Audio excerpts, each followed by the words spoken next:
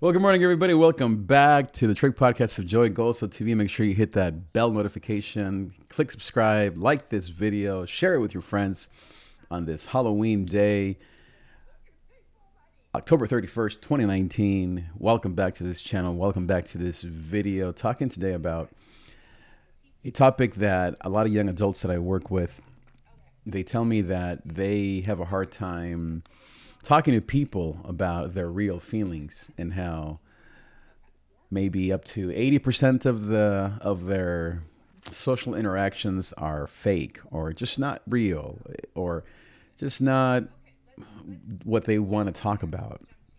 And how a lot of young adults that I meet that are maybe more artistic or very creative, that they'd rather talk about deeper things, but life and society and the way everything is built around them kind of makes them or forces them or asks of them to be inauthentic. What they really want is to have authentic relationships and authentic conversations. And so I want to talk about that because I think that that's another connection point, certainly between young adults and how I am, or the kind of coaching or just friendship that young adults and I seem to have, or how we connect, is around this issue of authenticity. I think that authenticity is something that every human being longs for, but because society is made up of about, according to psychologists and statistics, about 80 to 90% extroverts, the 10-20% of us that are more creative and more empaths, we feel out of place with most of social interactions or most of society. Now, you might be a very social person, very happy. I definitely enjoy talking and being with a million people, but like most young adults, I also enjoy depth of relationship and conversation and authenticity. Now, all within its limits. I was talking to one of the young adults that I mentor, and she was telling me how she doesn't want to talk for 5 hours either about all of her real feelings. You know, a lot of it is talking, but then also spending time alone and having that downtime to reflect and to do or think about the things that you want to think about. I was asking a couple of friends, a couple of young adults, if their best friend is themselves.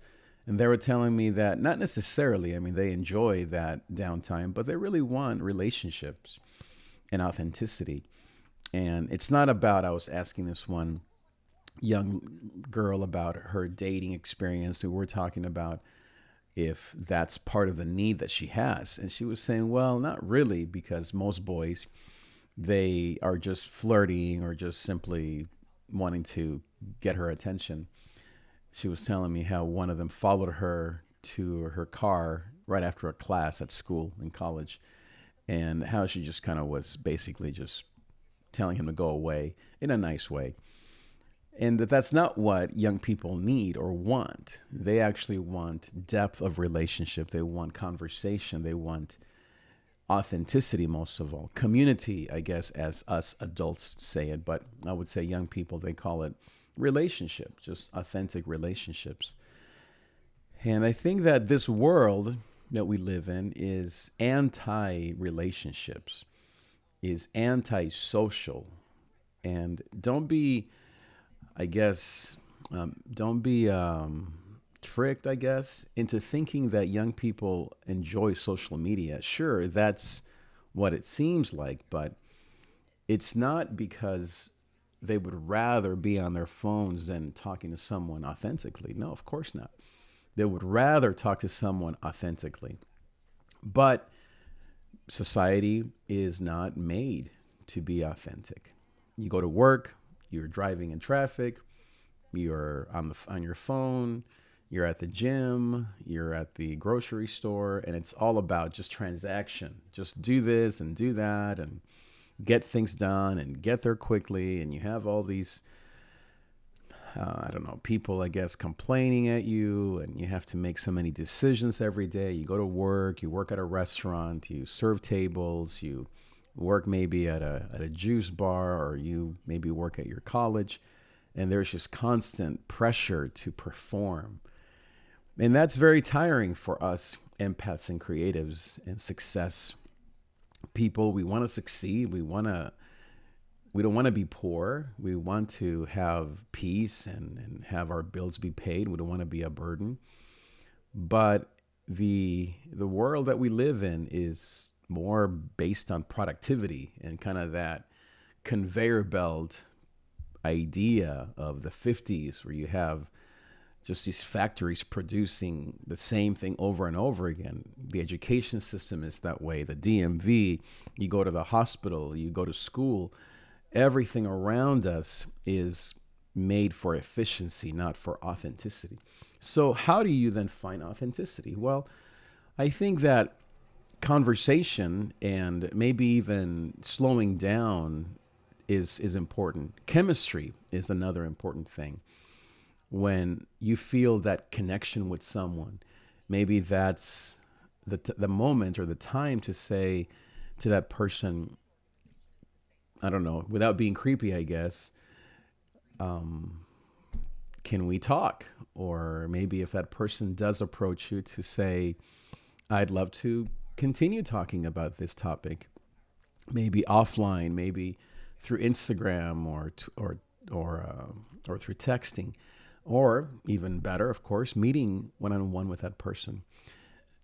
Another way, it is through social media. I have many of my friends that I mentor that text me their questions or their problems that they're having. And I would say most of the people that I mentor or work with, they reach out to me through texting or through some sort of social media method, because that's where they're already at. And there's a comfort in that. There is a really, I guess, a non-human human way to connect.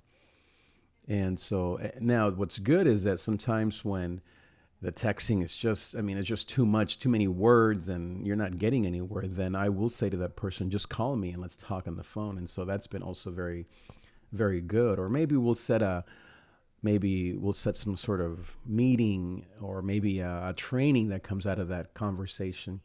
And so we'll actually do something together. But in some ways, the texting or all that stuff is a tool, a benefit, or a beneficial tool to towards communication and towards authenticity. I think another way to be real is to go to certain events together, a concert or a show, or maybe, I don't know, go to the library and read together. A lot of empaths and creatives, we enjoy the arts. We enjoy reading. We enjoy listening to music. Just the other day, a young person, I forget what she was talking about, but she was saying, hey, why don't we all just go to see a show or to go see a concert? And I thought that would be a great idea, because that's another way that young people enjoy being together, is going to something fun, going to do something that is moving to their feelings and stimulates their mind. I also find that a lot of young people, they want one-on-one conversations, almost like therapy, but without maybe the stigma or the hangups or the cost of therapy. So I have a lot of young people that maybe we disconnect for some reason, and they'll say, oh, I really miss our talks. And sometimes those talks were just casual. We were just together at church or maybe out getting some food. But even those social or accidental conversations mean a lot to people these days. I know they mean a lot to me. When my wife and I are just casually talking in the car, like the other night we went out to get some food and we were just talking in the car, obviously, right? I remember that more than, I don't know, having some amazing vacation or something. Those casual, intimate moments mean so much to us as humans. And certainly in these days where you have so many people just not connecting. Last night, we had our Harvest Festival, and One of the best moments that I had last night, we had, a lot of people there, hundreds of people, families, children, a lot of great stuff at our church. But one of the best moments was just walking around, and a lot of our volunteers, are young adults in their 20s, in their 30s, and just simply saying hello to them, giving them a hug. And even though we're doing something that's more social and not an authentic relationship, but when we're serving together, maybe that's another tip. When we serve together and we're helping children in this case, or helping families, or helping our neighbors, it really makes us feel proud of ourselves and of each other, and of course, thankful that God has given us these opportunities to serve. One of the moms of these two young ladies who were there, she was almost in tears saying, "I'm so thankful for this church that has my daughters here serving and helping, working with the families." And it was just beautiful to have a mom say that, because it was true. I felt the same way. I felt so proud, like a proud dad, to see these two young ladies, as well as our own children, my wife and our three kids, and a lot of, as I said, young people in their teens and 20s that are serving, that were volunteering. It's a great way to connect, and from there you can just have a kind of a connection point. You can say, "Hey, that was awesome," or "Wasn't it great to see these little children so excited about candy, or the bounce house, or cotton candy, or whatever." Maybe the last tip that I want to give in terms of how to be authentic, or how to have real relationships, I think, is through prayer and worship and singing, but not church. I don't mean church. I think church sometimes can be, I'll just say it this way, can be fake, just in terms of it's an event, right? So it's tough to be, have real relationships when you're watching a performance, or you're in a big group, or that kind of thing, right? But what I mean is more like something at your house, where you have a guitar and just someone teaching the Bible or praying together, and you're just maybe having some donuts or bagels or healthy snacks or whatever, and you just bring people together, especially young people. Maybe you have a training. One of the things that we did last year, 2 years ago, was called TED Talks for Young Adults. It was really successful, where we brought in experts to teach on certain topics. So I think genuine relationships around topics or themes, or around worship and simple prayers, authentic relationships, can be very effective for young people. And those are the things that young and old, all of us long for. I have a young mom, a young family in their mid 30s to late 30s. They have three now teens. And every time we open up our house, my wife and I, Rochelle and I, open up our home, and we have, just games, and we pray, and we have a barbecue in the backyard, just all that stuff. They love it, because they don't have that in their homes every day. And one of the times that we had this party, I think it was maybe last year, her family was out of town from Mexico. And so she brought her parents, who were here visiting, to our house. And it was just one of those very memorable experiences. I know what that's like when my mom is here. I love it when her and I and Rochelle and our teens, we can go to someone's house and just enjoy being together with other people. It feels so authentic, and you feel so proud to have your mom, to have people meet your mom, meet your family. Another thing, maybe, as I'm thinking about connection points, is music.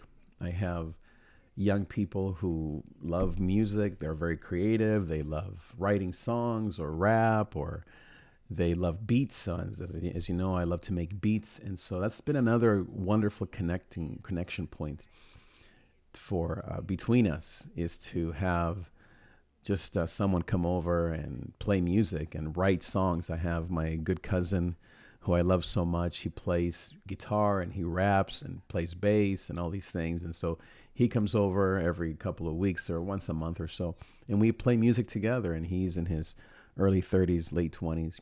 and we just connect. And through that relationship, we get talking about life and marriage and parenting and stress and all that stuff. And so a lot of authentic connection points can happen there. And what's the end goal of all of that? Well, I don't know if there's an end goal. I think the relationship is what's important.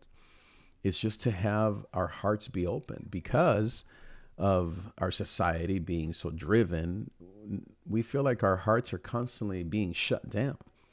And so when we have these moments, it causes our hearts to open up, to break, to just feel vulnerable. It's almost like our 8-year old or our 6-year old true self comes out in these vulnerable moments. And suddenly we feel embarrassed, maybe that we don't play the guitar as well, or maybe we feel a little awkward that, I don't know, that we're stressed out about work. And but then that's the point. All these relationships come out of that. And through that, you have faith talks, you have love, prayer, you have God talks, you have talks about real life and addictions and boys and girls and stress about work and grades and all that stuff, finances and pressures of living at home, or maybe you're living alone. All of the real stuff comes out. And that's a real just joy, because when you have honesty, then you can have healing. You can have belief. You can have success. You can have peace. Without honesty, without trust, obviously you have nothing. And so I love that. And I think for young people to see themselves grow is so powerful. Young people, obviously, they love being together. And I mean, I see that, especially with our middle one, our middle child. She loves her friends. And there's nothing more beautiful for her than to bring her friends over to our house. Same with our younger boy, to bring his boys and his homies or the girl that he likes over to our house, and for us to share life together. I think all of those things are important to also thinking even of the fires. And, here in the LA area, there have been such horrible fires, and I can literally feel the smoke or smell the smoke even right now. All morning, it's been really bad. But young adults want to pray and serve and be active in social causes, whether it's a whole climate change thing or veganism or free healthcare, free education, all these things that are maybe more political. Young people, if anything, they want their voices to be heard. They're not saying that they're the only voice or that they have all the answers, but they want to care about the fires. They want to know how they can help, contribute financially, or go and pass out flyers, or just be active in these things. All of these moments are connection points for young people, and I love being a part of it. I love having them teach me. I love being able to share my mistakes and my experiences, my wins and my losses, my failures and my successes.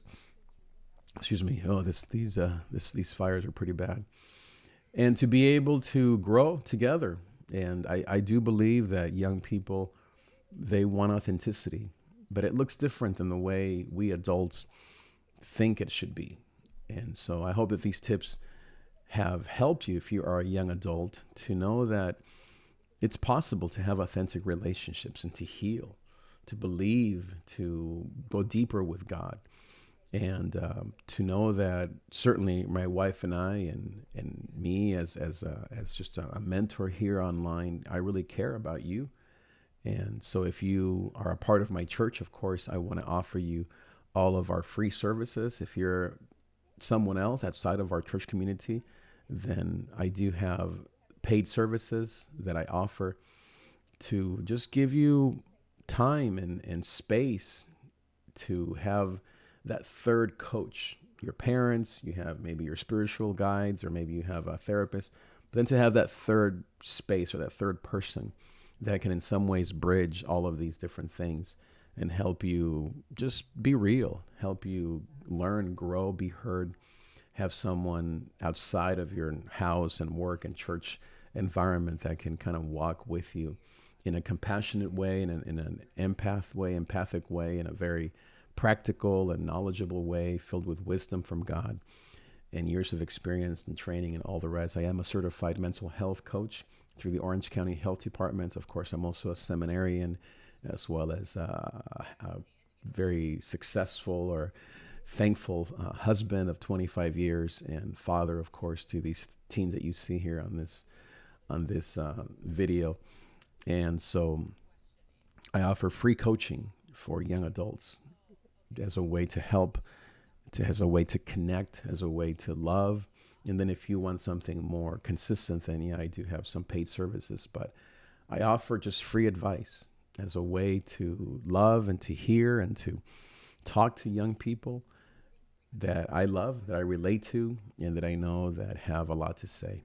So make sure you leave me a comment, like, subscribe to this video wherever you're watching me, on Instagram, Facebook, on Twitch, wherever you are, YouTube.